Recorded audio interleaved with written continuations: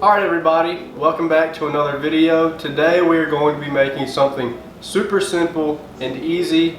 And this bread is actually pretty amazing because with the ingredients that go into it and the really hands-off technique for making it, that it's really uncomparable with any other type of recipe. And what I mean by that is that this bread is going to get an ultra crispy outside with a bunch of little cracks and nooks in it. And it's really the easiest artisan style bread that I know how to make. So let me show you how to make this bread. To start, grab a large mixing bowl and add in 3 cups or 450 grams of all-purpose or bread flour. And to that you are going to add 2 teaspoons of kosher salt, or a little bit less if you're using table salt. Follow that up with 2 teaspoons of instant yeast. At this step you can whisk your ingredients, you don't have to. So then we're going to add in 1.5 cups or 375 mils of warm water. And this should just be warm to the touch, not scorching hot or boiling. Then using some spoon or spatula, mix this around a little bit before diving in with your hand. Alright, so here we're not really kneading the dough, we're kind of just picking it up in our hands and just squishing it between our fingers. This is just going to mix the salt and yeast together, as well as just incorporate that water and flour together, but we're not really kneading it.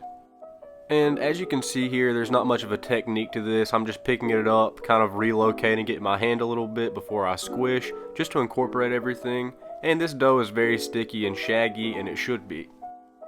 Now once it's done, it should look something like this. If it's not this texture, you can add a couple tablespoons of water and mix it. Then we're going to cover this with plastic wrap if you have it, but my plastic wrap sucks, so I'm going to use a plate. And make sure he can take the heat, didn't even flinch. Now set this in your oven with just the oven light on to create a warm environment for this to rise from anywhere between 2 to 3 hours. So you are going to need a Dutch oven for this to get the best results. You don't have to use one, but it is going to provide the best texture and crust.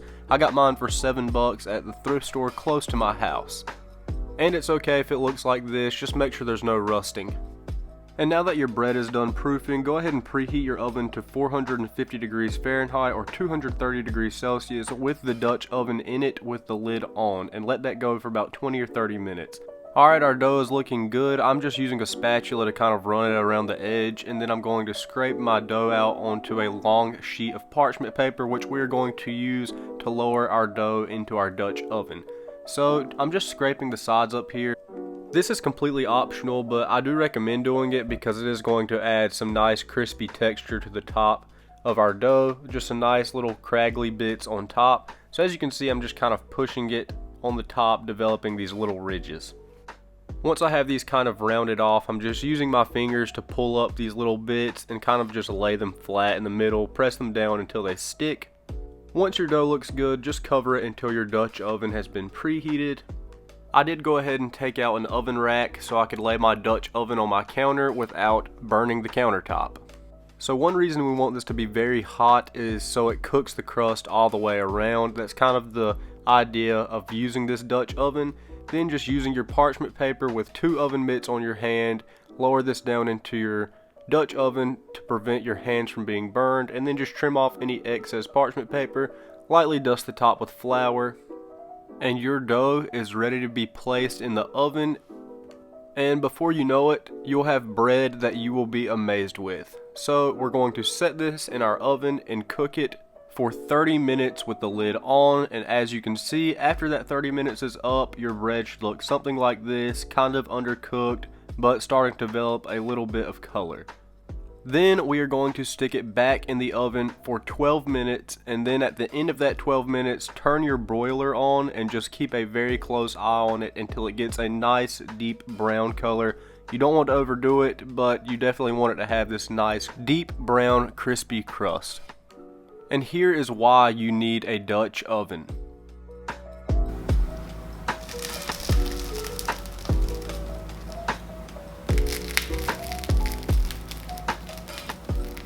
You see what I mean? That's why you shouldn't skimp out on this part. The bread is also extremely easy to make, so just go the extra mile and get a Dutch oven.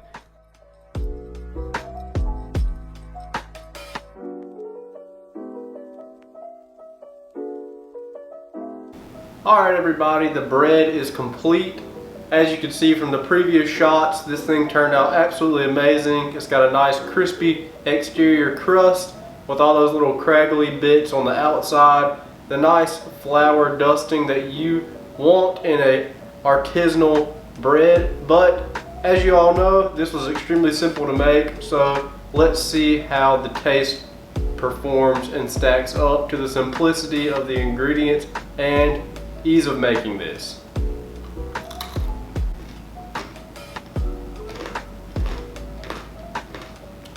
They need to start serving this at communion. Alright, so right off the bat, I'm gonna go ahead and say you absolutely have to get a Dutch oven for this, because I imagine making it just like on a baking sheet. I'm sure you're gonna get a crust out of it, but you're not gonna get that really crispy crunchiness that you get from this bread. I mean, you can obviously just hear me eating that, how crispy the exterior is, but then the middle is just nice, soft, airy, like you'd want in a good bread. I mean, it's just absolutely amazing. There's nothing else to say. It's the best bread that you can make in a simple way. Just get that Dutch oven. Alright everybody, Dylan is back to give his taste test and review of this simple bread. Alright, let's get that airiness test. Nice and puffy. I can hear that crunch just from the tear. That's a good bread. Nice airy inside, very crunchy crust. What more could you ask for? I also decided to put some of this homemade jam on this bread that I made during my Pop-Tart video. If you haven't seen that, the link will be in the description. Also, if you were wondering how this bread toasts,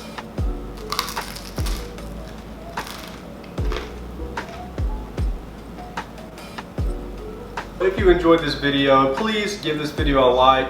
Go ahead and hit that subscribe button down below to see more videos like this. Right now we're trying to get to 100 subscribers, and there will be a giveaway and a special video once we reach that milestone. But until then, I will keep making these videos, and I will see you guys on the next one.